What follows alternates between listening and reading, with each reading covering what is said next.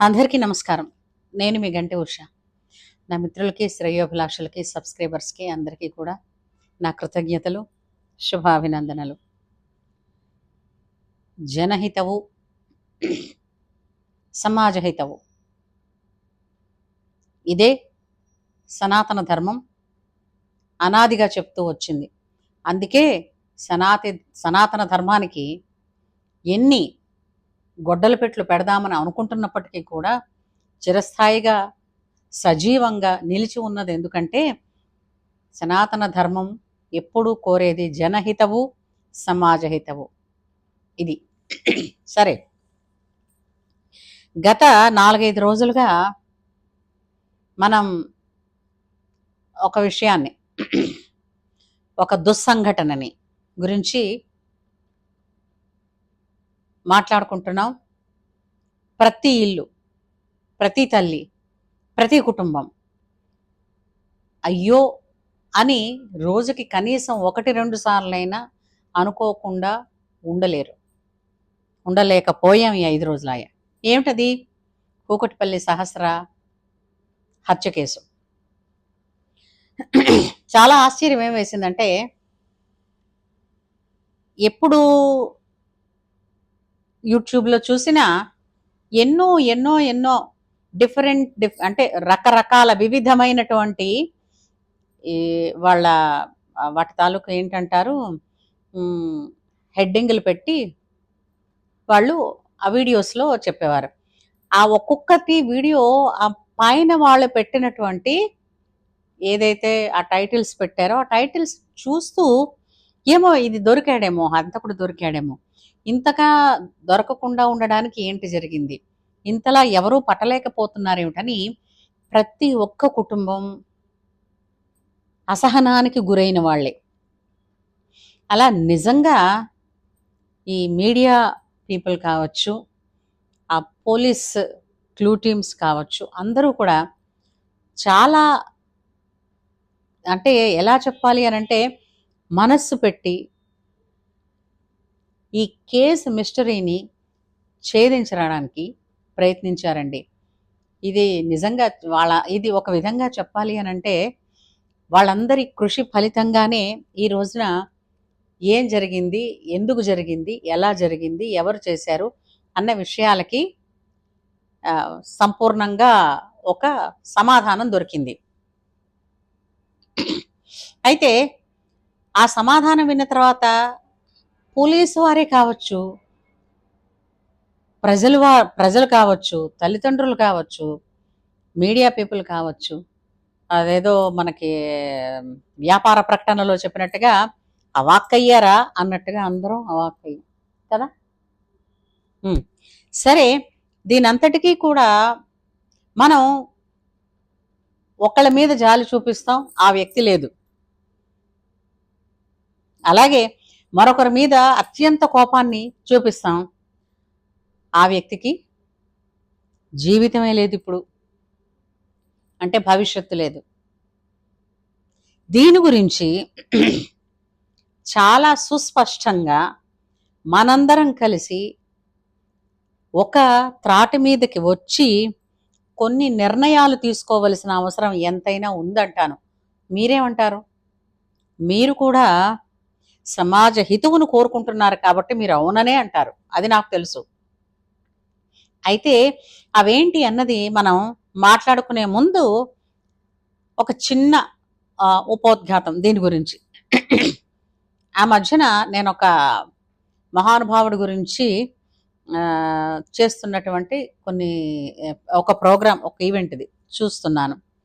అందులో ఒక ప్రఖ్యాత సినీ గేయ రచయిత కూర్చుని ఏమన్నారంటే, చాలామంది వ్యవస్థలో ఉండే లోపాలని ఎత్తి చూపిస్తూ ఉంటారు.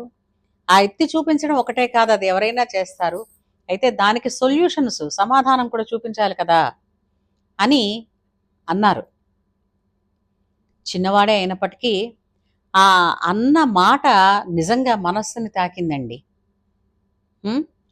దానికోసం ఇప్పుడు ప్రతి వాళ్ళు కూడా వాళ్ళది తప్పు, వీళ్ళది తప్పు, ఇందుకే జరిగింది, అందుకే జరిగిందని అంటే దాన్ని ఏమిటంటారు, రణగొణధ్వని రాళవాన జరుపుతూనే ఉంటారు. కానీ సొల్యూషన్ ఏంటి? ఎంతమందికి, చాలామందికి తెలుసు సొల్యూషన్. కానీ ఎందుకు చెప్పలేకపోతున్నారు? చెప్పాలని ఎందుకు అనుకోవటం లేదు? మన ధర్మం ఏం చెప్పింది అనంటే, ఒక మాట అన్నారు, మనకి ఒక నానుడి ఉంది, పదుగురాడు మాట పాడియే ధరచెల్లు ఒక్కడాడు మాట ఒప్పదెందు అన్నారు. కానీ కానీ 10 మంది మాట్లాడినంత మాత్రాన అధర్మం ధర్మం కాదు. అలాగని ఒక్కడే మాట్లాడినంత మాత్రాన ధర్మం అధర్మం అయిపోదు. అంటే ధర్మం ఒక్కరు మాట్లాడినా అది వయసుతో సంబంధం లేకుండా చెప్పింది వినాలి. అదే 10 మంది మాట్లాడారు కదా అని ఆ అధర్మాన్ని, ఆ పదుగురాడు మాట అన్న సామెతను ఇక్కడ మనం అన్వయించుకుని ఇది ధర్మమే అవుతుందని చెయ్యకూడదు. కాబట్టి ధర్మం తెలిసాక ధర్మగ్లాని జరగకుండా మన వంతుగా చేయవలసిన ఒక ఉపాయమో, ఒక మాటో, కనీసం మాట సాయం అంటారే, అదైనా చేయాల్సిన అవసరం ఇప్పుడు ఎంతైనా ఉంది. దాని గురించి చెప్పాలన్నదే ఈ రోజున ఈ వీడియో సారాంశం. అయితే ఇందులో ఉండేటటువంటి కొన్ని అంశాలు ఏవైతే ఉన్నాయో అది అందరూ కూడా, ప్రతి ఒక్కళ్ళు, మానవ సమాజంలో ఉన్న ప్రతి ఒక్కళ్ళు ఆలోచించాల్సిన విషయం. ఏమంటారు? ఇప్పుడు విని చెప్పండి. సరే, మనకి ఎంటర్టైన్మెంట్ చేయడం కోసమో లేదంటే ఎడ్యుకేట్ చేయడం కోసమో అని చెప్పేసి శాటిలైట్ ఛానల్స్ కావచ్చు, ఓటీటీలు కావచ్చు ఉన్నాయి. వీటన్నింటి ముఖ్య ఉద్దేశం ఏంటంటే ఎంటర్టైన్మెంట్. మ్యాక్సిమం శాటిలైట్ ఛానల్స్లో కొన్ని మాత్రం మనకి ఎడ్యుకేట్ చేసే ఉన్నాయి. అయితే ఒకసారి ఆలోచిద్దాం. పిల్లలు పుట్టిన దగ్గర నుంచి వాళ్ళకి 3 ఏళ్ళు వచ్చేసరికల్లా మొబైల్ని ఆపరేట్ చేయడం తెలుస్తోంది. ఎలా తెలుస్తోందండి? పిల్లలు అల్లరి పెట్టకుండా పిల్లల చేతుల్లో మొబైల్ పెట్టేస్తున్నారు. అది ఇప్పుడు ఆలోచించి చూడండి, ఎంతమందికి 4వ సంవత్సరం అంటే 4 ఏళ్ల ప్రాయం నుంచే కళ్ళజోళ్ళు ఉన్న వాళ్ళు ఉన్నారు. ఎందుకని? బ్లూ స్క్రీన్స్ చూస్తున్నారు కాబట్టి. ఇది నేను ఒకానొకప్పుడు ఒక వీడియో చేసి చెప్పాను కూడా. ఎందుకు ఆ పిల్లలకి చిన్న వయసు నుంచే కళ్ళద్దాలు వచ్చేస్తున్నాయి, దృష్టి మందగించబడుతోంది ఎందుకని? సరే, ఇప్పుడు ఎందుకంటే ఆవు చేలో మేస్తే దూడ గట్టున మేస్తుందా? దూడ కూడా చేలోనే మేస్తుంది. పిల్లలు చూస్తున్న ప్రతిసారి తల్లిదండ్రుల చేతిలో ఉండే ఆయుధం ఏంటండి? ఎంతసేపు మొబైల్. ఈ మొబైల్ చూస్తూ ఉన్న చేతిలో ఉన్న పిల్లలు ఏం చేస్తారు? అది కూడా మాకు కావాలంటారు. పిల్లల సహజతత్వం అది. సరే, వాళ్ళు ఇబ్బంది పడకుండా, అంటే వాళ్ళు మనని డిస్టర్బ్ చేయకుండా ఉండాలని మనం, అంటే డిస్టర్బ్ అన్న మాట ఇది ఇంగ్లీష్దే ఉపయోగించాను కానీ, బట్ విసిగించకుండా ఉండాలని వాళ్ళ చేతుల్లో మొబైల్స్ పెడుతున్నారు. వాళ్ళు ఏం చూస్తున్నారో మనకు తెలుస్తోందా? మనం 3, 4 ఏళ్ల వయసులో, 5 ఏళ్ల వయసులో పిల్లలు ఏం చూస్తారు? పిల్లలవే చూస్తారు కదా. చిన్నపిల్లలు ఏమన్నా ఉంటే ఇగో ఈ టోరావో ఏవో కొన్ని ఉంటాయి, కార్టూన్స్ పెట్టేశాం కదా అనుకుంటారు. అసలు ఈ ఓటీటీలు, శాటిలైట్ ఛానల్స్ ఏం చూపిస్తున్నాయి? పిల్లలకి ఏం చూపించాలి? ఏది కోల్పోయాం మనం? ఆలోచించుకోవాల్సిన సమయం, అత్యవసర పరిస్థితి ఇప్పుడు మనకు వచ్చేసింది. ఇంకోటి, తల్లిదండ్రులు ఇద్దరూ కూడా సంపాదనకి వెళ్లాల్సిన అవసరం ఇప్పుడున్నది. ఎందుకున్నది అంటే, ఇప్పుడున్నటువంటి జీవిత అవసరాల కోసం, నిత్యావసరాల కోసమే కావచ్చు, మనం ఇద్దరు సంపాదిస్తేనే కానీ జీవితంలో కావలసినటువంటి, అంటే సౌకర్యవంతమైన జీవితానికి ఇబ్బంది పడకుండా ఉండడం కోసం ఇద్దరు సంపాదిస్తున్నారు, మంచిదే. ఇద్దరు తల్లిదండ్రులు సంపాదనకి వెళ్ళడం వలన జీవితంలో ఏమిటి కోల్పోతున్నారో ఒక్కసారి ఆలోచించండి. అంటే తల్లిదండ్రులు ఇద్దరూ సంపాదనకి వెళ్ళకూడదా అని మీరందరూ వెంటనే మళ్ళా ఒక బాణం తీసి రెడీగా చేతిలో ఉంచుకుంటారు. పాయింట్ వినండి. తల్లిదండ్రులు కాన్వెంట్ చదువులు పిల్లల కోసం డబ్బులతో కష్టపడి కొంటున్నారా లేదా? ఈ కాన్వెంట్ చదువుల్లో మనకి వినయం, సంస్కారం, విచక్షణ, మానవతా విలువలు ఇవి పూర్తిగా అశ్రద్ధకి గురవుతున్నాయి, నిర్లక్ష్యానికి గురి అవుతున్నాయి. మన పిల్లలు ఎంత పెద్ద ఇంగ్లీష్ కాన్వెంట్స్లో చదువుతున్నారో మనకి గొప్పగా చెప్పుకుంటాం. కానీ అక్కడ అందిస్తున్నవి ఏమిటి, ఎంతవరకు అందిస్తున్నారు? వాళ్ళకి కేవలం పుస్తకపు నాలెడ్జ్ని మాత్రమే ఇస్తున్నారు. అది కూడా ఆ సబ్జెక్ట్కి, వాళ్ళ స్కూల్ ఫాలో అయ్యే సబ్జెక్టుకి సరిపడా, ఆ సిలబస్కి సరిపడా. అంతకు మించినటువంటి మానవతా విలువలు కావచ్చు, సమాజంలో ఎలా బ్రతకడం కావచ్చు, కమ్యూనికేషన్ స్కిల్స్ కావచ్చు, ఎవరెవరు అంటే జీవితానుభవాలు మళ్ళీ ఈ పిల్లలు జీవితం నుంచే నేర్చుకుంటారు. పిల్లలు ఎదగడానికి రెండు సోర్సెస్ అండి అద్భుతంగా సంస్కారవంతంగా ఎదగడానికి. ఒకటి పుట్టిన స్థలం తల్లిదండ్రులు, 2 విద్య. ఈ 2 చెడిపోయాయి ఈ రోజుల్లో. ఎందుకంటే తల్లిదండ్రులకు ఉద్యోగ రీత్యా సమయం కుదరకపోవడం వలన. రెండోది, క్వాలిఫికేషన్ ఉన్నంత మాత్రాన ప్రతి ఒక్కళ్ళు ఉపాధ్యాయులు కారు. ఉపాధ్యాయులకు ఉండాల్సినటువంటి కొన్ని అవి కూడా తగ్గడం, వాళ్ళ మీద కూడా కొన్ని బర్డెన్స్ ఉండడం వలన, ప్రెషర్స్ ఉండడం వలన. అలాగే తల్లిదండ్రుల వైపు నుంచి ఉపాధ్యాయులకి, ఉపాధ్యాయుల వైపు నుంచి తల్లిదండ్రులకి కూడా సమన్వయం లోపం అవ్వడం వలన ఎన్నో జరిగాయి. అయితే వీటి ఫలితం ఏంటంటే పిల్లలు తమ పసితనాన్ని, బాల్యాన్ని 2 పోగొట్టుకున్నారండి. కేవలం వాళ్ళు నేర్చుకున్నది ఏంటంటే తెలిసిన మీకు డిగ్రీలు రావచ్చు, గ్రేడ్స్ రావచ్చు, కానీ ఆటవికత, మృగతత్వం పిచ్చిమీరిపోతుంది. మనం గత కొద్ది కాలం క్రితమే చూసాం. ఒక 10th కూడా చదవని పిల్ల అంటే అసలు ఆ వయసుకి ప్రియుడేమిటి, ప్రియుడితో కలిసి తల్లిని చంపడం ఏంటి? బిడ్డను చంపుతున్న తల్లి, తల్లిని చంపుతున్న బిడ్డ, భర్తను చంపుతున్న భార్య, భార్యను చంపుతున్న భర్త. ఎటు పోతోందండి ఈ దేశం? ఏం నేర్పిస్తున్నాం? ఏం నేర్చుకుంటున్నాం? ఏం తెలుసుకుంటున్నాం? డబ్బు సంపాదిస్తే సరిపోయిందా? ప్రశాంతత ఏది? మానవత్వం ఏది? ఇప్పుడు ఈ ఓటీటీలు మనకేం చూపిస్తున్నాయంటే మితిమీరిన శృంగారం. ఓటీటీలే కావచ్చండి, కామన్గా వస్తున్నటువంటి ఈ మధ్యన వస్తున్న చాలా సినిమాలు, ఫ్యామిలీ సినిమాలు కాకుండా ఈ థ్రిల్లర్స్ వస్తున్నాయి చూసారా? ఈ థ్రిల్లర్ సినిమాల్లో ఎక్కువ ఏంటుంటుందండి, లేదా వెబ్ సిరీస్లో వచ్చేటటువంటి ఈ కొన్ని ఉంటాయి కదా, అవన్నీ ఏవో సీరియల్స్లా వస్తాయి కదా, అవి ఎక్కువ మితిమీరిన శృంగారాన్ని, నేరాన్ని, ఏ విధంగా నేరాన్ని చెయ్యొచ్చు అనే ప్లాన్స్ని, ఇవన్నీ కూడా చక్కగా నేర్పించేస్తున్నాయి. అయితే ప్రతి సినిమాలోనూ చివరి దాకా ఆ నేరస్తుడే గెలుస్తాడు, చివరిలో ఆ నేరస్తుడిని ట్రేస్ చేసి పట్టుకుంటారు. అది 2 నిమిషాలు. కానీ మీరు ఎక్కువగా పిల్లలు చూస్తున్నది ఏంటి? How to perform A crime.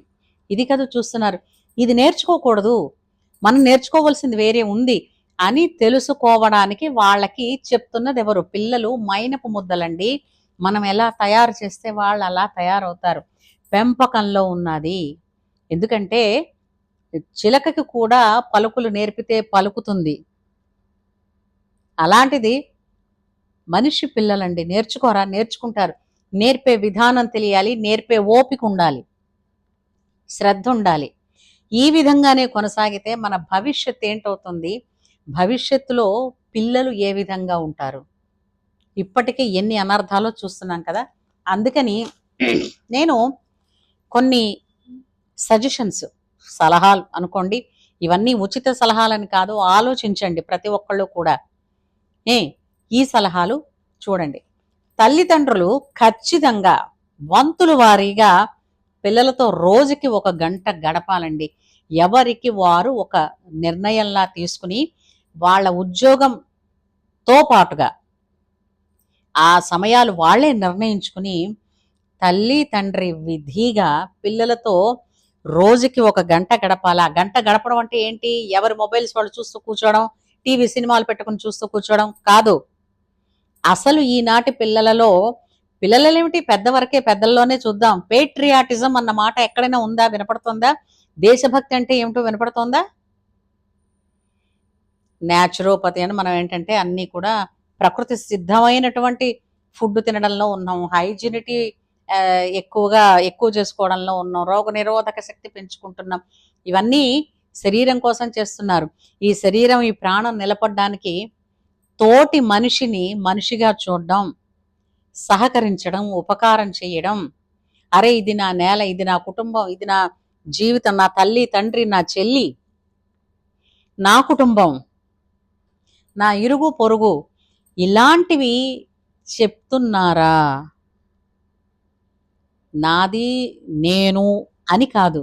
నా కుటుంబం, నా వాళ్ళు, నా మనుషులు, నా ప్రాంతం, నా దేశం. అలాగే పాఠశాలల్లో ప్రత్యేకించి చెప్తున్నానండి, దేశభక్తి గురించి ప్రతిరోజు ఒక పీరియడ్ కంపల్సరీగా ఉండాలి. దేశభక్తి గురించి, ప్రపంచ యుద్ధాల గురించి అక్కర్లేదండి. మన దేశంలో స్వతంత్రం కోసం పోరాడిన వాళ్ళు ఎంతమంది ఉన్నారు, ఏ విధమైనటువంటి వాళ్ళు ఒక నినాదంతో ముందుకు వెళ్ళారు, ఎంత నిష్ఠాగరిష్ఠులు ఉన్నారు, ఇది ఖచ్చితంగా చెప్పి తీరాలి. ఈ విషయంలో చాలా మంది, ఒక చాణక్యుడి గురించి ఎంతమందికి తెలుసు, ఒక మహామంత్రి తిమ్మరసు గురించి ఎంతమందికి తెలుసు, కందుకూరి వీరేశలింగం గారి గురించి ఎంతసేపు చదువుతున్నారు, ఎంతవరకు తెలుసుకున్నారు? ఇవన్నీ పిల్లలకి చెప్పి తీరాల్సిన బాధ్యత మన మీదే ఉంది. అలాగే ఈ ఈ ఈ సబ్జెక్ట్స్ ఏవైతే ప్రతిరోజు చెప్పాలో వీటిని మాతృభాషలోనే చెప్పాలి. వీటిని మళ్ళీ ఇంగ్లీష్లో చెప్పడం కాదు. ఎందుకు అంటే మాతృభాషలో చెప్పడం వలన ఆ యొక్క భావుకత కూడా పిల్లలకి అర్థమయ్యి జీర్ణం అవుతుంది. అందుకు అంతేకాకుండా దేశభక్తి విషయంలో పిల్లలలో ఒక పరీక్ష పెట్టాలి. జనరల్ నాలెడ్జ్ పరీక్షలు పెట్టేస్తున్నారు. ఆ జనరల్ నాలెడ్జ్ బుక్ మనకి ఎవరు పెట్టారో ఈ ఎడ్యుకేషన్ సిస్టమ్ అందరికీ తెలిసిందే. అందులో ఎన్ని నిజాలో కూడా ఇప్పటికీ మనకి తెలిసే ఉన్నాయి. కాబట్టి చెప్తున్నా, దేశభక్తి గురించి ఎంతవరకు ఉందో దీనికంటూ ఒక పరీక్ష ఉండి తీరాలి. ఆ పరీక్షలో 20 వస్తే చాలు, 30 వస్తే చాలు కాదండి. దేశభక్తి గురించి వాళ్ళల్లో 60% కూడా జ్ఞానం లేకపోతే రేపొద్దున తానొక్కడేనన్న స్వార్థం పెరిగితే దేశం వరకు ఎందుకండి, తన పక్క ఇప్పుడు చూస్తున్నదే అదిగా. తోడ పుట్టిన వాళ్ళని చంపేస్తున్నారు, కన్న వాళ్ళని చంపేస్తున్నారు, కన్న వాళ్ళ పిల్లల్ని చంపేస్తున్నారు. సో ఇది అర్జెంటుగా తీసుకోవలసిన నిర్ణయాలు ఇవి. అలాగే ప్రతి శాటిలైట్ ఛానల్కి నేను ఒక ఇది చెప్తున్నానండి, ఒక సలహా. ప్రతి శాటిలైట్ ఛానల్ వారంలో ఒకసారి కనీసం పిల్లలు చూసే విధంగా పిల్లల సినిమాలు, దేశభక్తి సినిమాలు చూపించాలి. అలా అయితేనే వాళ్ళకు ఉండేటువంటి లైసెన్సులు నిలబడతాయన్న నిర్ణయం. ఇవన్నీ ఎందుకంటే వెనకటికి ఎవడో చెప్పాట, కొబ్బరి చెట్టుకి మడిబట్ట కట్టానంది ఒక బామ్మగారు. కొబ్బరి చెట్టు నిండా గెలలున్నాయి, దొంగాడు వచ్చేస్తాడేమో అంటే, దొంగాడు ఎలా వస్తాడు, నేను మడిబట్ట కట్టానందట. మడిబట్ట నీకు కానీ వాళ్ళకి కాదుగా. ఎందుకు చెప్తున్నానంటే వాళ్ళ లైసెన్సులు రెగ్యులేట్ చెయ్యబడవు అన్న ఒక ఖచ్చితమైన నిర్ణయం అన్నది తీసుకోకపోతే శాటిలైట్ ఛానల్స్ కూడా ఇష్టాసారంగా వాళ్ళ ఇష్టం వచ్చిన వాళ్ళు చూపిస్తున్నారుగా. అందుకని అన్నది. ఎందుకంటే మనకు కర్మ, మన తల మనం కాచుకోవడానికి మనం హెల్మెట్ పెట్టుకోవాలని, మనం పెట్టుకోకపోతే మనకే పెనాల్టీ పడుతుంది. మన తల మనం కాచుకోవాలని ఎవడో మనకు చెప్పాలా, పెనాల్టీ వేయాలా, మన బాధ్యత వద్దు మనకి. అందుకోసం అనమాట. ఎలా అయితే హెల్మెట్ పెట్టుకోవడానికి పెనాల్టీ పెట్టారో అలాగా. అంతేకాకుండా ఈ పిల్లల కోసం ఇవి చేసిన వాళ్ళకి నేను చెప్తున్నాను, అంటే పిల్లల కోసం ఏ తల్లిదండ్రులు అయితే ఇవి ప్రొవైడ్ చేస్తున్నారో వాళ్ళకి ఆఫీసులో ఎక్స్ట్రాగా ఒక ఇంక్రిమెంట్ అన్నది ఉంచితే ఒక ప్రోత్సాహకరంగా ఉంటుంది. అలాగే పిల్లలకి రెగ్యులర్గా వాళ్ళకు ఉండేటువంటి సిలబస్ ప్రకారం ఇచ్చే మార్కుల కన్నా ఎక్స్ట్రాగా అధికంగా ఈ విషయాల్లో కూడా మార్కులు ఉంటాయి. ఈ మార్కులు కూడా వాళ్ళ వ్యక్తిగత జీవితానికి, వాళ్ళ లైఫ్ కెరీర్ అంటారు కదా, కెరీర్కి ఉపయోగపడతాయి అన్నట్టుగా ఒక మార్పు తీసుకురావాలి. అంతేకాదండి, ఇంతకుముందు కూడా నేను ఈ సలహా ఇచ్చాను. చేతిలో పట్టుకున్న మొబైల్స్ కావచ్చు, లేదంటే ఇంట్లో స్మార్ట్ టీవీ పెద్ద పెద్ద రిమోట్స్ కావచ్చు. ఇది ఒక జస్ట్ టెక్నాలజీలో అమోఘమైనటువంటి ప్రావీణ్యత కలవాళ్ళు మన దేశం నిండా చాలామంది ఉన్నారు కాబట్టి ఒక చిన్న ఐడియా ఇస్తున్నాను. ఉపయోగపడుతుందేమో ఏమో, ట్రై చేయండి. వీటికి అంటే మొబైల్‌కి ఈ స్మార్ట్ టీవీ కానీ లేదంటే టీవీ రిమోట్స్‌కి ఒక సెన్సర్. ఏంటి? పట్టుకున్నది ఎవరు?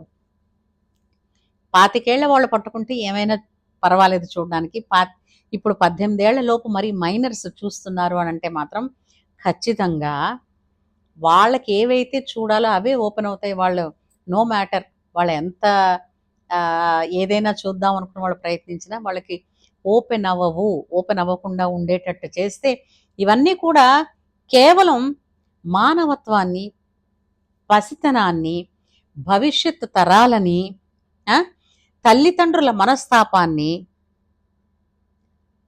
తగ్గించడానికి, భవిష్యత్తు బంగారంలా ఉండడానికి మన ఇప్పుడుండేటువంటి ఈ పిల్లలే భావి భారత పౌరులు దేశభక్తితో, విజ్ఞతతో, విచక్షణతో, విజ్ఞానవంతులై దేశానికి ఉపయోగపడాలన్న మాత్రమే ఇది నేను చెప్తున్నది.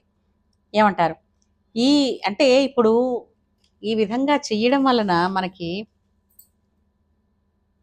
కొద్ది రోజులకి చాలా మార్పు వస్తుందండి. ఎవరు అడక్కపోతే అమ్మైనా పెట్టదుగా.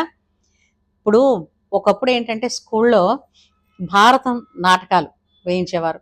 అలాగే రామాయణం గురించి వాటిలో ఉన్న పాత్రలు అవి ఏకపాత్రాభినయాలని నాటకాలు అవి వేయించేవారు. ఎక్కడున్నాయండి ఇప్పుడు? ఇంతే కాకుండా ఇంకో సలహా, తల్లి తండ్రి వెళ్ళిపోతూ పిల్లని ఒక్కళ్ళని ఇంట్లో ఉంచేయడం ఏంటండి? ఆ పిల్లలు ఏం చేస్తారు? పసితనం క్షణం లేడిలా ఉంటుంది. అది ఒక చోట నిలవదు కదా. వాళ్ళు ఏం చేస్తారు? ఇంట్లో ఉండేవన్నీ ప్రమాదమైన వస్తువులే కదండి. గ్యాస్, కూరలు కోసుకునే కత్తి, అంతేనా? ఎలక్ట్రిసిటీ, ఏం బుద్ధి పుడుతుందో. అందుకని జాగ్రత్తలు వాడికి చెప్తూనే కాదు, పిల్లల్ని ఎప్పుడూ ఒంటరిగా విడిచిపెట్టకూడదు. మిగిలిన దేశాల్లో పిల్లల్ని విడిచిపెడితే అది కూడా శిక్షిస్తారండి, తెలుసుకోండి.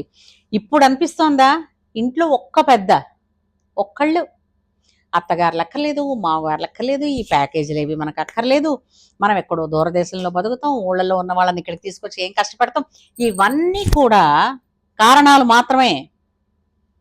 వాళ్ళుంటే ఎలా ఉండేదని ఆలోచించండి. అత్తగారు అనగా, మామగారు అనగా, అమ్మ అనగా, నాన్న అనగా మనవల్ని మనకు అప్పచెప్పారే వాళ్ళ ఆస్తి అన్నట్టుగా అది ఒక అద్భుతమైన వస్తువుగా ఎంతో కాపాడతారండి. ఇది మనకి పూచి వస్తువు అని జాగ్రత్తగా వాళ్ళు చూసుకుంటారండి. పెద్దల అవసరం ఇప్పుడు ఎంత ఉందో తెలుస్తోందా?